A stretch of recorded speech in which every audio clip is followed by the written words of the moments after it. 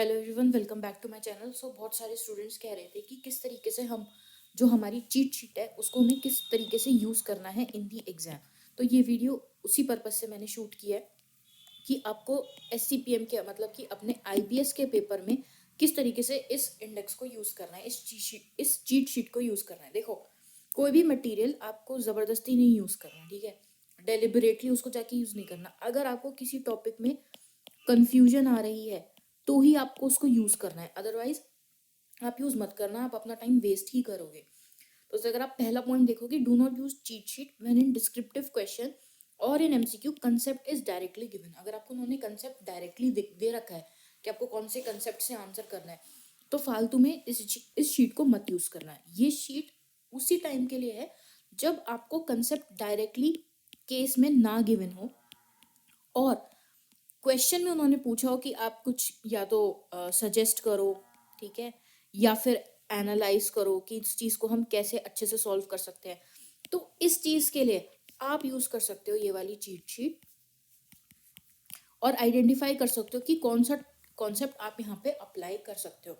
ये चांसेस बहुत कम है कि ऐसे बिल्कुल ही कोई आपको हिंट ही ना दे कि आपको कौन सा कंसेप्ट लगाना है, बट स्टिल आप इसको यूज़ कर सकते हो। बस उसी टाइम पे आप, अगर आपको डायरेक्टली उन्होंने कुछ भी दे रखा है तो इसमें टाइम वेस्ट मत करना, आप सीधे इंडेक्स पे जंप करना। एक चीज़ हाँ आप ज़रूर कर सकते हो कि अगर आपको पता है कि पोर्टर्स 5 फोर्सेस आपको वहाँ पे कंसेप्ट लगाना है, तो आप यहाँ पे ढूंढ सकते हो कि पोर्टर्स 5 फोर्सेस आपको कौन से पेज नंबर और कौन से चैप्टर में मिलेगा, राइट। इफ़ यू सी, यहाँ पे हमारा पोर्टर्स 5 फोर्सेस है, ये पूरी अल्फ़ाबेटिकली अरेंज्ड है, तो आपको ढूंढने में आसानी होगी। पोर्टर्स 5 फोर्सेस अब आपको पता है आपके चैप्टर 1 के पेज नंबर 1.34 पे है, तो आप यहाँ से क्विकली भी आइडेंटिफाई कर सकते हो टॉपिक को, क्योंकि इसके अंदर इंपॉर्टेंट टॉपिक्स कवर्ड हैं जो मेजरली पूछे जाते हैं। तो ये सिर्फ उन्हीं का इंडेक्स है, ये 100% कंसेप्ट का इंडेक्स नहीं है। दिस इज फॉर इम्पॉर्टेंट और जो बहुत स्टार्टिंग से इम्पॉर्टेंट टॉपिक्स रहे हैं, ठीक है, जब आपका आईबीएस था भी नहीं तब के भी इम्पोर्टेंट टॉपिक्स, और अब जो आईसीआई पूछ रहा है वो सारे इंपॉर्टेंट टॉपिक्स यहाँ पे कंबाइंड है, उनका ही इंडेक्स बना रखा है मैंने, जिसको हम चीट शीट कह रहे हैं, ट्रिगर पॉइंट्स वाली। ओके, तो आप वहाँ से ढूंढ सकते हो। या अगर कंसेप्ट डायरेक्टली गिवन है तो इससे मत देखना, इससे सिर्फ आप पेज नंबर या अगर वो आपको आइडेंटिफाई करना है जल्दी से तो आप कर सकते हो, ठीक है। अगर आप केस स्टडी रीड कर रहे हो और फिर अगर आपको किसी कॉन्सेप्ट में कंफ्यूजन आ जाता है कि अगर यहाँ पे मुझे पोर्टर्स 5 फोर्सेस लगाना है या स्वॉट एनालिसिस लगाना है, तो वो आप जाके चेक कर सकते हो। वो भी आप, इसका भी यूज़ आपको बहुत कम ही आएगा, ठीक है। आंसर्स लिखने के लिए अगर आपको कोई कॉन्सेप्ट रिकॉल करना है, सपोज आपको 7S एकदम से याद नहीं आ रहा कि क्या 7S थे, इंस्टेड क्या फटाफट से उसको बुक में ढूंढो, या आप यहाँ पे से एक बार देख सकते हो कि मैकेंसी के मेरे 7S कौन से थे। हो सकता है आप मैकेंसी और डी एवेनीज 7S फ्रेमवर्क को मिक्स कर दो, तो एक बार डी एवेनीज भी देख लो कि कहीं आप डी एवेनीज वाला तो नहीं देख रहे थे। Okay, no. हम अगर मैकेंसी 7S में जाएं, you can see McKinsey 7S आपको यहाँ से दिख जाएगा। आप यहाँ से उस कॉन्सेप्ट को बुक में ढूंढ सकते हो और वहाँ से आप अपना आंसर लिख सकते हो, प्लस आप यहाँ से उसको देख भी सकते हो कि मैकेंजी 7S में एक्चुअली में था क्या। ऑल राइट, फिर हम आ जाते हैं फर्स्ट पेज पे। फिर for writing answers if you need to recall, आप ये कर सकते हो, ठीक है। आईसीआई जो है मोस्टली कंसेप्ट को डायरेक्टली ही पूछती है, अगर नहीं पूछ रही है तो वो ना काफ़ी जनरल कॉन्सेप्ट्स पूछ लेती हैं, मतलब जनरल बातें आपको लिखनी होती हैं आंसर के अंदर। जैसे मैंने आपको आरटीपी के अंदर भी बताया था कि एक क्वेश्चन बहुत जनरली पूछा हुआ था उन्होंने, आप जनरली सजेस्ट करो, राइट। तो इसलिए यूज ओनली व्हेन नेसेसरी। तो उस केस में आपको कई सारे कंसेप्ट्स को कंबाइन करना होगा, राइट। तो उसमें आप इस शीट का इस्तेमाल कर सकते हो कि देखो, थोड़ा मोटा माटी आपको केस पढ़ के पता चल जाएगा कि हम इसमें क्या ऑर्गेनाइजेशन को सजेस्ट कर सकते हैं, या फिर क्वेश्चन में भी कभी कभार गिवन होता है कि अगर वो कोई प्रोडक्ट नया लेकर आ रहे हैं तो उनको क्या चीज़ें ध्यान में रखनी चाहिए, या अगर कोई इन्वेस्टमेंट प्लान वो परस्यू करना चाह रहे हैं तो उसमें उन्हें क्या चीज़ें ध्यान रखनी है। तो आप यहाँ से देख सकते हो कि अच्छा ठीक है, वो नया प्रोडक्ट लेके आ रहे हैं तो क्या उन्होंने कानून मॉडल के फीचर्स को अच्छे से सेटिस्फाई कर रखा है, क्या हम ये पॉइंट आंसर में लिख सकते हैं। एक बार आप अगर फटाफट से कानून मॉडल का एक बार देख लोगे, राइट, कानून मॉडल के अगर आपने एक बार थ्रेशोल्ड्स फटाफट से बुक से देख लिए, ये यहाँ से एक बार आपने कंसेप्ट को रिवाइज कर लिया, कानून मॉडल कहाँ गया,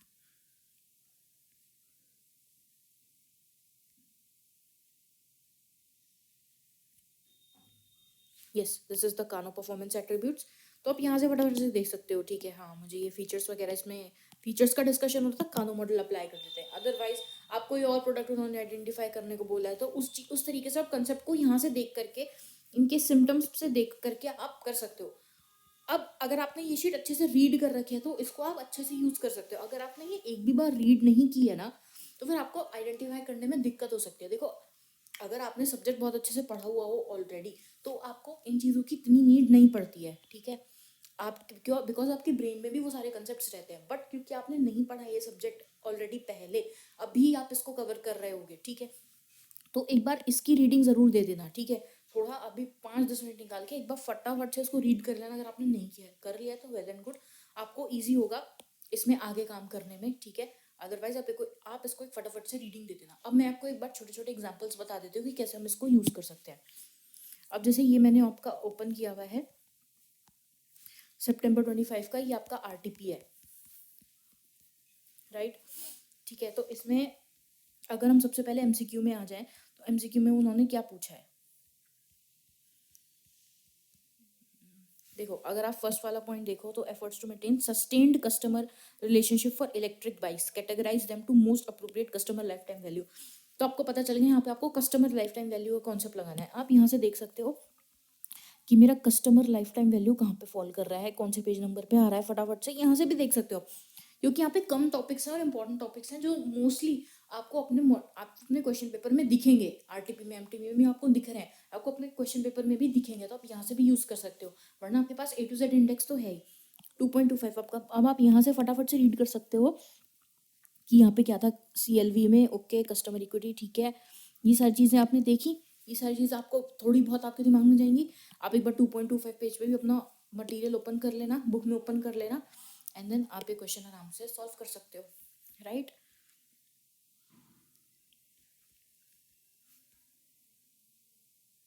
okay, then this is also not for SCPM, ठीक है, ठीक है। अब देखो यहाँ पे वो पूछ रहा है क्वालिटी और attribute does repetitive request due to some documents. तो एट्रीब्यूट की बात हो रही है, तो यहाँ पे सीधा सीधा कानू मॉडल लगेगा। अभी मैंने आपको दिखाया था कानू मॉडल परफॉर्मेंस एट्रीब्यूट्स की प्रोडक्ट के बेसिस पर, ठीक है।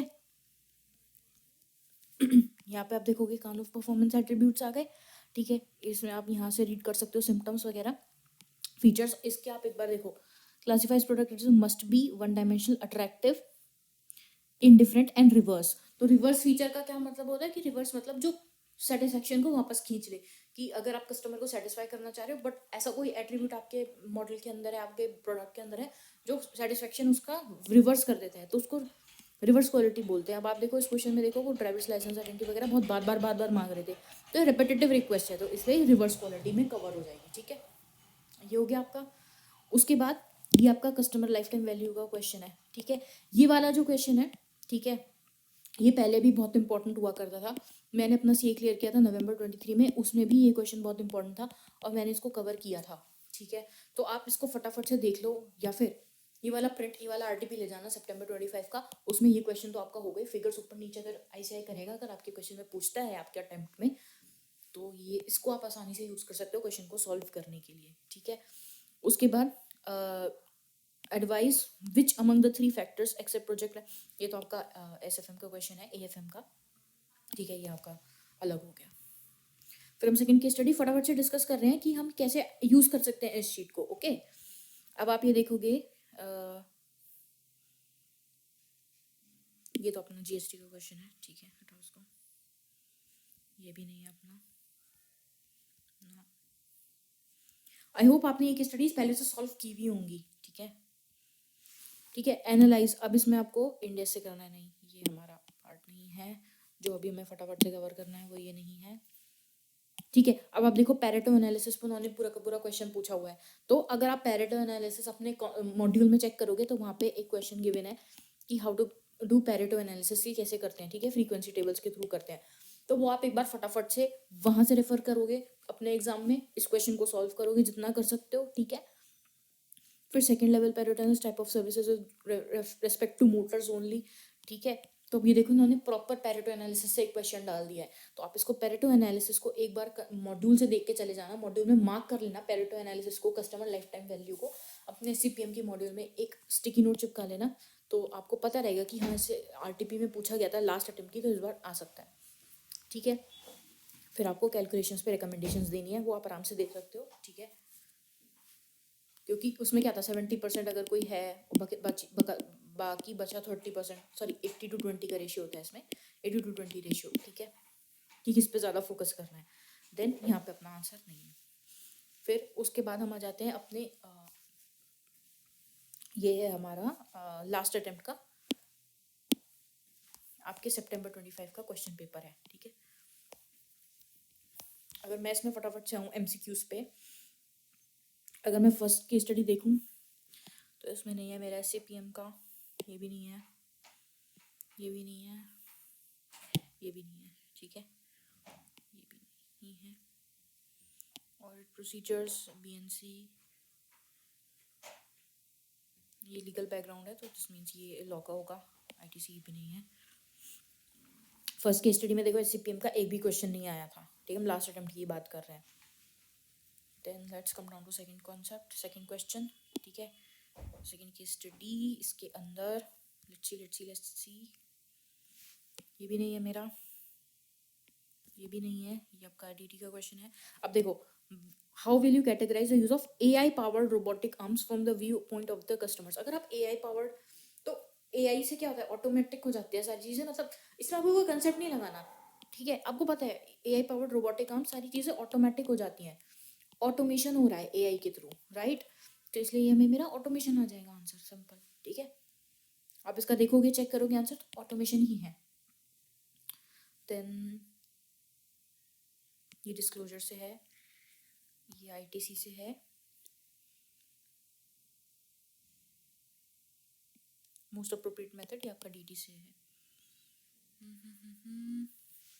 देखो ऑटोमेशन है ना इसका आंसर।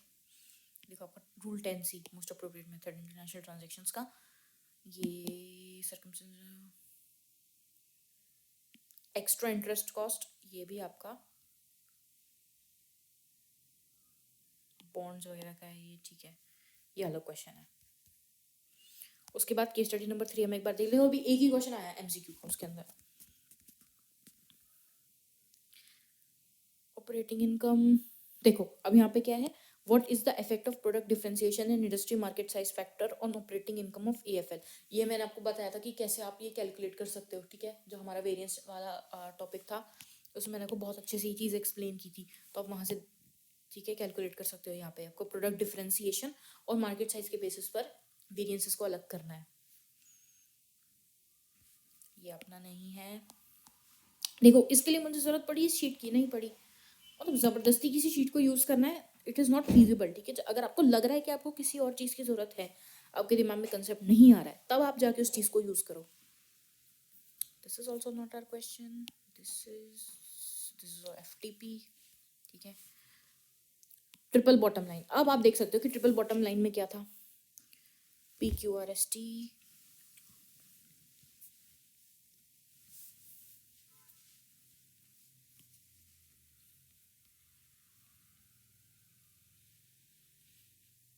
देखो TBL रिपोर्ट में आपको देखो 3 P's होते हैं, पीपल, प्लैनेट, प्रॉफिट, इनके बारे में आपको रिपोर्ट करना होता है। ठीक है, ट्रेडिशनल फाइनेंस फोकस इंक्लूडिंग, ठीक है, सस्टेनेबिलिटी रिपोर्टिंग, CSR। ठीक है, ये सारी चीज़ें होती हैं। ठीक है, आपको एक बार कंसेप्ट मिल गया, पेज नंबर 11.6 पे जाओ अपनी बुक के, अब वहाँ से आप देख के आंसर लिख सकते हो उसका। ठीक है, list some areas for preparing a report evaluating companies performance using TBL framework, आराम से कर सकते हो। हेजिंग के ऊपर है ये अपना FR है, ये भी नहीं है अपना। ठीक है, आप इसका आप आंसर देख सकते हो।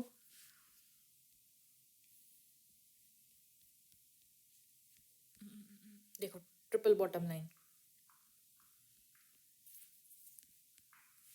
देखो इकोनॉमिक परफॉर्मेंस ही क्या है, इनका प्रॉफिट है। ठीक है, प्रॉफिट वाला P कवर हुआ है यहाँ पे। एनवायरमेंटल यानी कि आपका प्लैनेट, और अगला P है आपका सोशल परफॉर्मेंस यानी कि पीपल, तो उसी के बारे में उन्होंने लिखा है केस स्टडी में से देख के कि आप क्या क्या पॉइंट्स लिख सकते हो, उसकी हाँ हेल्प आप ले सकते हो इस शीट से कि ट्रिपल बॉटम लाइन में okay environmental damage, social inequality, ethical violation, ये सारे फैक्टर्स आपके कवर होने चाहिए आपके आंसर के अंदर, तो आपको पता है कि हाँ ठीक है अच्छा, sewage treatment plant, rain water harvesting, ये लोग कर रहे हैं एनवायरमेंटल परफॉर्मेंस के लिए, यानी कि अपने प्लानट वाले पी को सेटिस्फाई करने के लिए। वो चीज़ आप वहाँ से आराम से देख सकते हो। देन नेक्स्ट हमारे पास हम फिफ्थ केस स्टडी भी देख लेते हैं। ठीक है, दीज आर जस्ट एग्जाम्पल्स कि आपको कैसे यूज़ करना है। ये कुछ मोटर बाइक्स की केस स्टडी है, केस स्टडी नंबर 4। इसमें अगर हम देखें फटाफट से, मल्टीपल चॉइस में ये विमेन डायरेक्टर का है, ठीक है, ऑडिट का है ये। ठीक है, देखो, motor bikes limited as following which type of pricing policy. तो आपको देखना पड़ेगा कि स्कीमिंग प्राइसिंग क्या होता है, प्रीमियम प्राइसिंग क्या होती है, पेनिट्रेशन, रिवोल्यूशनरी प्राइसिंग। ठीक है, अलग अलग प्राइसिंग होती है। अब आपको देखना पड़ेगा कि मोटर बाइक्स क्या कर रही है, मोटर बाइक का ये जो मॉडल है जिसके लिए प्राइसिंग डिसाइड कर रहे हैं, उनका क्या एट्रीब्यूट्स हैं उस प्रोडक्ट के, वो आपको देखने पड़ेंगे। उसी के बेसिस पर आप डिसाइड करोगे, राइट। अब यहाँ पे कोई अलग से कोई कॉन्सेप्ट नहीं लग रहा है, यहाँ पे भी आपको अपनी इंट्यूशन देखनी पड़ेगी। ठीक है, इंट्यूशन और फैक्ट्स के बेसिस पर आपको इसको आंसर करना पड़ेगा। आप बस हाँ ये देख सकते हो, अच्छा स्कीमिंग प्राइसिंग में क्या होता है वो आप इस शीट से देख सकते हो, स्कीमिंग प्राइसिंग ढूंढकर। ठीक है, pricing strategy skimming, pricing strategy premium, pricing strategy penetration, revolutionary pricing. ठीक है, ये रेवोल्यूशनरी प्रोडक्ट में। ठीक है, दिस इज डन। देन ठीक है, टीडीएस, हेजिंग एंड देखो, पोर्टर्स 5 फोर्सेस उन्होंने बोल दिया कि your answer must be with reference to the facts of the case study, not a mere abstract reference of the model. तो आप पहले पोर्टर्स 5 फोर्सेस का पूरा लिखोगे, ज्ञान दोगे उसका कि पोर्टर्स 5 फोर्सेस में क्या क्या है। ठीक है, जितने भी उसकी 5 फोर्सेस हैं उनको आप यहाँ से देख सकते हो कि वहाँ पे उनमें क्या क्या लिखा रहता है। अगर मैं यहाँ पे पोर्टर्स 5 फोर्सेस, ठीक है, पोर्टर्स 5 फोर्सेस, इंडस्ट्री एनालिसिस, तो industry price wars, new competitors emerging, ठीक है, supplier bargaining power high, buyer power increasing. तो ये सारे सिम्टम्स आपको देखने को मिलेंगे इस केस स्टडी के अंदर जब आप रीड कर रहे होगे, तो आप वहां से आइडेंटिफाई करके चल सकते हो। अब आप क्वेश्चंस पहले रीड करोगे तो आपको पता चल जाएगा ना कि आपको किन चीज़ों पे फोकस करना है, वो आप अकॉर्डिंगली मार्क करके चल सकते हो, right. So this is done. Similarly fifth case study में भी आप सिमिलर बेसिस पर ये चीज़ एनालाइज कर सकते हो। तो इसी तरीके से आपको केस स्टडी, ये चीट शीट यूज़ करनी है, इसको ज़बरदस्ती कुछ करके यूज़ नहीं करना आपको। ठीक है, सी रवि ने कोई स्टेटमेंट दी होगी, वो देखना पड़ेगा क्या स्टेटमेंट है। ठीक है, पोस्ट मर्डर, ये ठीक है, अलग क्वेश्चन है। बैलेंस्ड स्कोर कार्ड, अब आपको बैलेंस स्कोर कार्ड के बारे में पूछ लिया, राइट। ऑब्जेक्टिव सेट बाय मंदी forms part of the balance score card model. ठीक है, तो बैलेंस स्कोर कार्ड आप देख सकते हो, यहाँ से आपने देख लिया इस शीट में से बैलेंस स्कोर कार्ड कहाँ मेरा फॉल कर रहा है, और वहीं से उसका पेज नंबर आइडेंटिफाई कर लिया, पेज नंबर आइडेंटिफाई कर लिया, मॉड्यूल के अंदर गए, वहाँ पे से आपने आंसर करके देख के लिख दिया, राइट। शॉर्ट में तो आपको इसी शीट के अंदर मिल जाएगा, ऑलराइट, वो आप कर सकते हो। ये सेबी का है, ठीक है, ये अलग क्वेश्चन है। देखो, reconciliation of budget to actual profit, इसका मैंने आपको ऑलरेडी एक क्वेश्चन करा रखा है, वो आप देख सकते हो। ठीक है, ये आपका अलग हो गया। देन बुक प्रॉफिट, ये डिफरेंट हो गया। ठीक है, इस तरीके से आप पूरे मटेरियल का यूज कर सकते हो। तो आपको इंडेक्स, जो आपका A to Z इंडेक्स है, प्लस ये चीट शीट आप कॉम्बिनेशन में यूज कर सकते हो। ऐसे आइसोलेशन में आपको कुछ भी यूज नहीं करना, और ये सारी चीजें आपको यूज तब करनी है जब आप खुद से आंसर नहीं कर पा रहे हो। ठीक है, आपने कॉन्सेप्ट आइडेंटिफाई कर लिया, राइट, आपने कंसेप्ट आइडेंटिफाई कर लिया कि यहाँ पे मुझे ये कंसेप्ट लगाना है। अब आप यहाँ पे जाके उसको चेक कर सकते हो कि हाँ, अगर मान लो मैंने डी एवेनीज 7S देखा था कि हाँ, हम गलती से कहीं मैं मैकेंजी 7S की जगह डी एवेनीज 7S तो नहीं अप्लाई कर रहे, राइट। तो वो आप यहाँ से चेक कर सकते हो अगर ऐसा कुछ कन्फ्यूजन आए तो इस तरीके से आप इस चीट शीट को यूज कर सकते हो। ठीक है, ये मैंने आपको आपके नोट के लिए पॉइंट्स लिख दिए थे। ठीक है, इनका कोई ऐसा रेलेवेंस नहीं है कि आप इनको प्रिंट करो और लेके जाओ। ठीक है, डजंट मेक एनी सेंस। तो आप इनको देख सकते हो कि भाई आप तभी यूज़ करो जब डिस्क्रिप्टिव क्वेश्चन में या तो डायरेक्टली कंसेप्ट गिवन ना हो, तो आपको वहाँ पे जाके फैक्ट्स में से देखना पड़ेगा कि इन्होंने क्या पूछ रखा है। ठीक है, इसके चांसेस भी काफ़ी रेयर ही होते हैं, क्योंकि आप हमने देखा लास्ट अटेम्प्ट की भी केस स्टडीज़ में उन्होंने सारे कंसेप्ट डायरेक्टली दे रखे थे। ठीक है, ठीक है, आंसर्स राइट करने के लिए अगर आपको कोई कंसेप्ट रिकॉल करना है एकदम से, तो वो आप कर सकते हो। ठीक है, यूज ओनली व्हेन नेसेसरी, क्योंकि मटेरियल में बार बार स्किम करने से आपका टाइम वेस्ट होता है, और हमें टाइम वेस्ट नहीं करना। भले से हमारे पास 4 घंटे हैं पेपर को करने के, बट स्टिल हमें इफेक्टिवली सारी चीज़ें यूज़ करनी है। तो इसलिए मैंने लिखा था how to use SCPM material effectively. Okay, I hope so आपको चीज़ें समझ आई होंगी, and all the best for your exam. जैसा भी आपका एग्जाम हो, मुझे कमेंट सेक्शन में या टेलीग्राम पर ज़रूर बताना कि आपका एग्जाम कैसा गया था। Alright, all the best.